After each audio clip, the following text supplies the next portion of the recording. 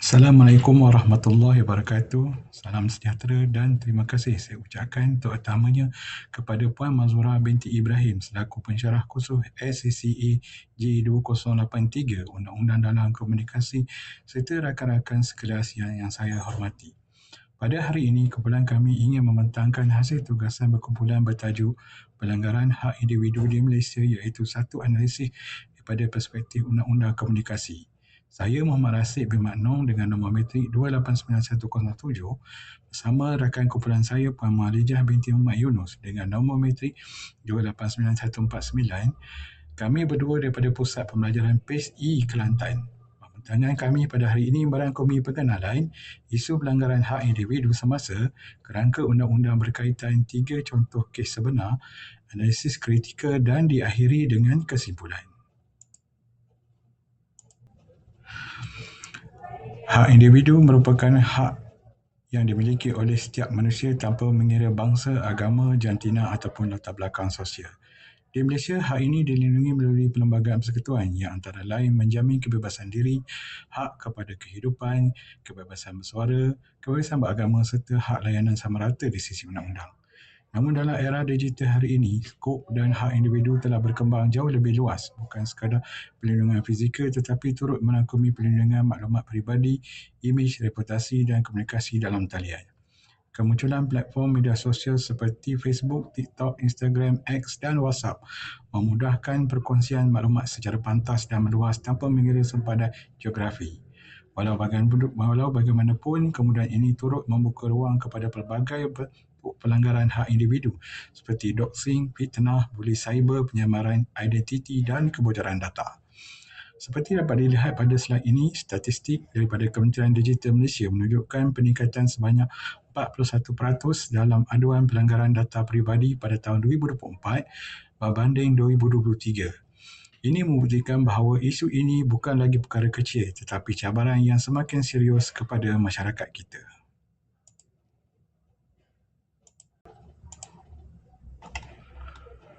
Seterusnya, mari kita lihat bentuk-bentuk pelanggaran hak individu yang paling kerap dilakukan di Malaysia. Pertama, doxing, iaitu pendedahan maklumat peribadi seorang tanpa izin. Kedua, fitnah cyber di mana kenyataan palsu disebarkan secara meluas di media sosial. Ketiga, bully cyber yang melibatkan ugutan dan serangan peribadi dalam talian. Keempat, kemunculan teknologi deepfake dan kecerdasan buatan yang membolehkan manipulasi imej dan video tanpa kebenaran individu yang terlibat. Kelima, kebocoran data iaitu penyalahgunaan data pelanggan dan oleh organisasi. Keenam, penyamaran identiti seperti pencegahan akaun media sosial seseorang. Kesemua bentuk pelanggaran ini berlaku apabila privasi, maruah dan reputasi seseorang individu dicabuli menerusi media elektronik dan platform digital. Yang membimbangkan, teknologi seperti AI generasi generatif kini menjadikan pelanggaran ini lebih mudah dilakukan berbanding sebelum ini. Baik, seterusnya saya serahkan kepada rakan saya Muhalijah untuk menerangkan kerangka undang-undang yang berkaitan dengan isu ini. Okey, baiklah. Terima kasih Encik Rashid. Saya Muhalijah binti Muhammad Yunus, matrik nombor 289149, akan meneruskan penerangan kepada bab yang seterusnya. Kita akan pergi pada perbincangan mengenai 5 pertukan undang-undang utama komunikasi di Malaysia yang ada berkaitan dengan pelanggaran hak individu. Okey, pertama, Perlembagaan Persekutuan. Ini merupakan undang-undang tertinggi dalam negara. Perkara 5, Perkara 8 dan juga 10 menjadi asas kepada perlindungan hak individu. Masing-masing melindungi hak kepada kehidupan dan juga kebebasan diri, hak kesemarataan di sisi undang-undang serta kebebasan bersuara, berhimpun dan juga berpersatuan. Namun kebebasan ini bukanlah mutlak kerana ia boleh dihadkan demi menjaga keselamatan negara dan juga hak reputasi individu yang lain. Kedua, Akta Komunikasi Multimedia pada 1998 atau Akta 588, Seksyen 233 Akta ini mempertukan kesalahan bagi sesiapa yang menghantar kandungan yang luncah, palsu, mengacam mahupun mengganggu dengan niat menyakiti orang lain. Suruhanjaya Komunikasi dan Multimedia Malaysia atau SKMM memainkan peranan penting dalam menyiasat aduan awam berkaitan dengan akta ini. Ketiga, Akta Perlindungan Data Pribadi 2010 atau Akta 709 yang kini telah dipinda pada tahun 2024, Akta ini mewajibkan sebarang pihak memproses data peribadi mematuhi 7 prinsip perlindungan data. Pindaan pada tahun 2024 pula memperkenalkan keperluan baharu seperti pelantikan pegawai pelindung data dan juga notifikasi wajib sekiranya berlaku pelanggaran data. Okey, baiklah. Terdapat dua lagi peruntukan yang tidak kurang pentingnya. Okey, Akta Fitnah 1957. Akta ini membolehkan mangsa fitnah menuntut ganti rugi apabila reputasi mereka tercemar akibat penyertaan palsu yang disebarkan menggunakan platform Facebook, TikTok, X ataupun WhatsApp. Akta ini juga berfungsi sebagai mekanisme pencegahan supaya pengguna media sosial lebih berhemah sebelum menyiarkan sesuatu kenyataan mengenai orang lain. Okey, yang terakhir adalah kanun kesesaan yang meliputi kesalahan seperti ugutan jenayah, gangguan seksual, penyamaran identiti dan juga pemerasan. Kanun ini sering kali diguna pakai bersama-sama Akta 588 dalam kes-kes jenayah cyber yang lebih serius. Secara keseluruhannya, kelima-lima kerangka utama undang-undang ini melengkapi di antara satu sama lain, bermula daripada hak asasi yang termaktub dalam perlembagaan sehinggalah tindakan jenayah cyber di bawah kanun kesesaan. Okey, baiklah. Bagi menggambarkan bagaimana peruntukan-peruntukan ini diaplikasikan dalam situasi yang sebenar, kami akan berkongsi beberapa contoh kes yang berkaitan. Okey, kes pertama adalah kebocoran data peribadi yang berskala besar. Ianya berlaku pada penghujung Disember 2022 di mana tersebarnya dakwaan bahawa hampir 13 juta rekod pengguna telah dijual di sebuah forum dalam talian. Kebocoran ini didakwa melibatkan data daripada Maybank, Astro dan juga Suruhanjaya Pilihan Raya atau SPR. Ini melibatkan data atau maklumat peribadi seperti nama, nombor telefon dan juga nombor kad pengenalan. Okey, insiden ini disiasat oleh Kementerian Komunikasi dan Digital bersama Jabatan Perlindungan Data Peribadi atau JPDP. Seperti dapat dilihat pada kelatan berita daripada Borneo Post Online di sebelah kanan slide ini, Kementerian telah mengarahkan JPDP dan juga Cyber Security Malaysia untuk menyiasat dakwaan ini secara terperinci. Kes ini mendedahkan kelemahan dalam governance data sesetengah organisasi dan juga turut meningkatkan risiko penipuan identiti terhadap mangsa yang terlibat. Kes seperti ini pada kebiasaannya akan disiasat di bawah Akta Perlindungan Data Peribadi 2010 atau Akta 709. Baiklah, untuk contoh kes seterusnya, saya akan kembali serahkan kepada Encik Rashid. Terima kasih. Kes kedua melibatkan penyebaran video dan imej peribadi tanpa kebenaran. Pada Julai 2026, seorang wanita di Kuala Lumpur mendakwa menjadi mangsa buli cyber oleh dua orang hos siaran langsung jualan dalam talian. Beliau didakwa diugut untuk dibunuh selain video dan gambar peribadinya turut disebarkan tanpa kebenaran kepada para pengikut kedua-dua suspek tersebut.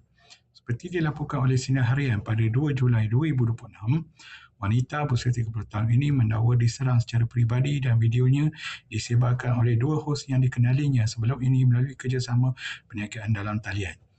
Dua suspek kemudiannya ditahan oleh pihak polis untuk membantu siasatan. Kes seperti ini biasanya disiasat di bawah Seksyen 233 Akta Komunikasi Multimedia 1998 serta peruntukan relevan di bawah Kanun Keseksaan.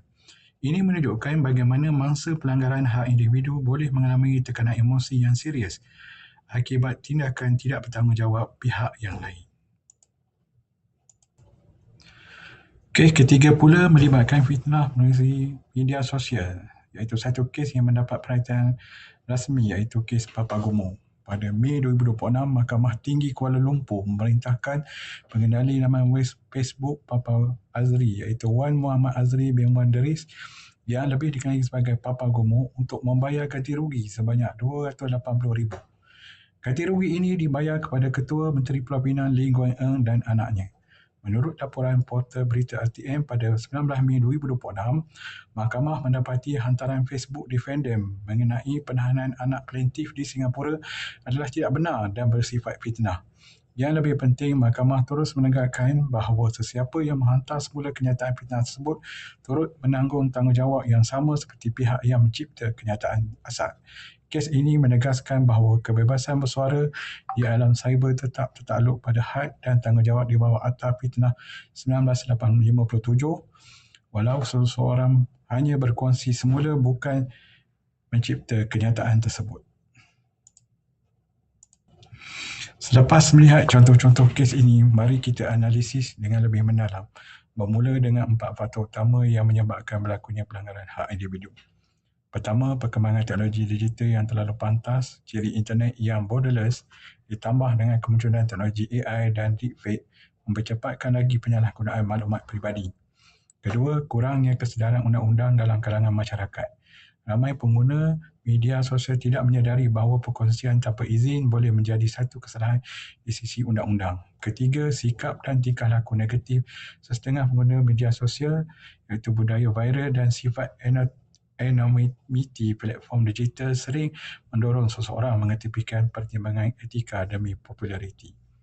Keempat, kelemahan sistem keselamatan cyber organisasi, kekangan kos dan kekurangan tenaga pakar IT menyebabkan data pelanggan lebih terdedah kepada risiko kebocoran terutamanya bagi perusahaan kecil dan sederhana. Seterusnya, saya serahkan kepada Muhalijah untuk membincangkan implikasi isu ini.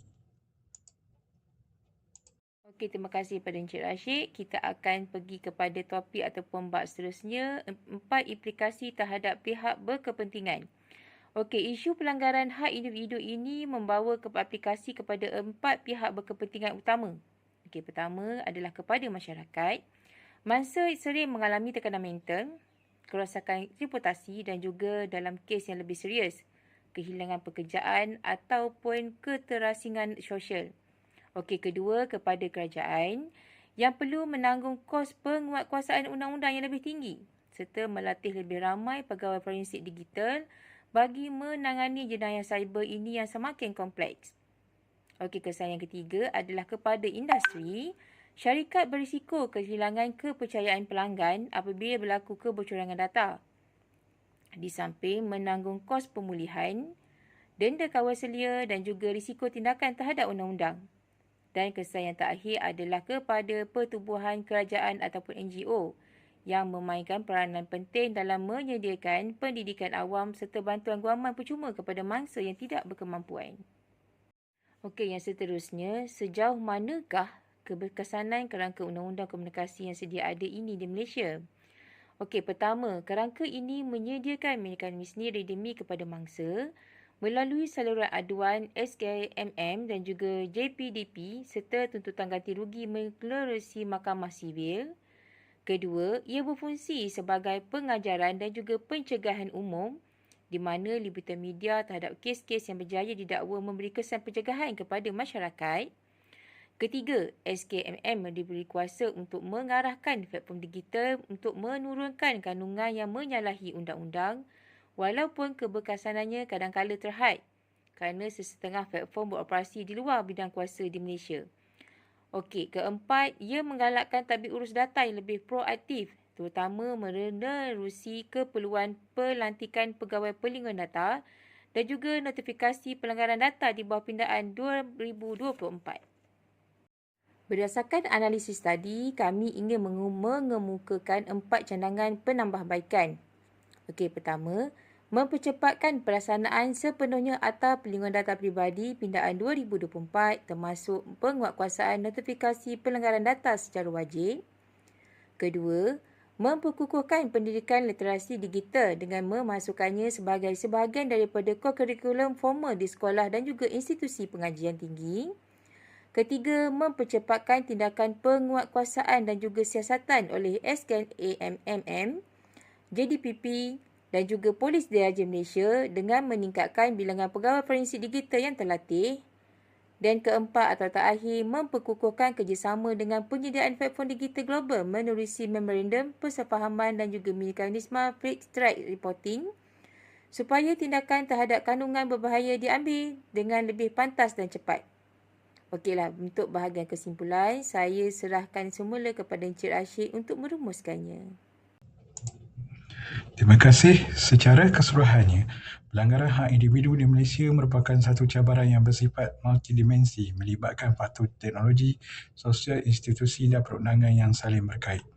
Kerangka undang-undang sedia ada seperti Penambangan Persekutuan, Akta 588, Akta 709, Akta Fitnah 1957 dan Kanun Keseksaan sebenarnya sudah cukup komprehensif. Namun penambahbaikan yang berterusan tetap diperlukan agar undang-undang ini kekal relevan dengan perkembangan teknologi masa kini. Kejayaan melindungi hak individu memerlukan kerjasama erat semua pihak, kerajaan, badan penguatkuasa, industri, penyedia platform digital, institusi pendidikan, NGO dan juga masyarakat umum. Matlamat akhir kami adalah untuk melihat ekosistem digital Malaysia yang lebih selamat, beretika dan menghormati hak setiap individu. Sekian saja pembincangan video kumpulan kami bertajuk Pelanggaran Hak Individu di Malaysia. Di kesempatan ini, izinkan saya mewakili kumpulan untuk merakamkan setinggi-tinggi penghargaan dan ucapan terima kasih kepada Puan Marzura binti Ibrahim selaku pensyarah khusus SCCAJ 2083 Undang-Undang dalam Komunikasi di atas segala tunjuk ajar, bimbingan dan ilmu yang dicurahkan sepanjang semester ini. Bimbingan Puan amat kami hargai dan banyak membantu kami memahami dengan lebih mendalam mengenai kerangka undang-undang komunikasi di Malaysia. Kami berharap perkongsian video ini dapat memenuhi kehendak tugasan yang diberikan dan sekaligus mencerminkan pemahaman kumpulan kami terhadap topik ini. Sekian, terima kasih Puan. Assalamualaikum warahmatullahi wabarakatuh.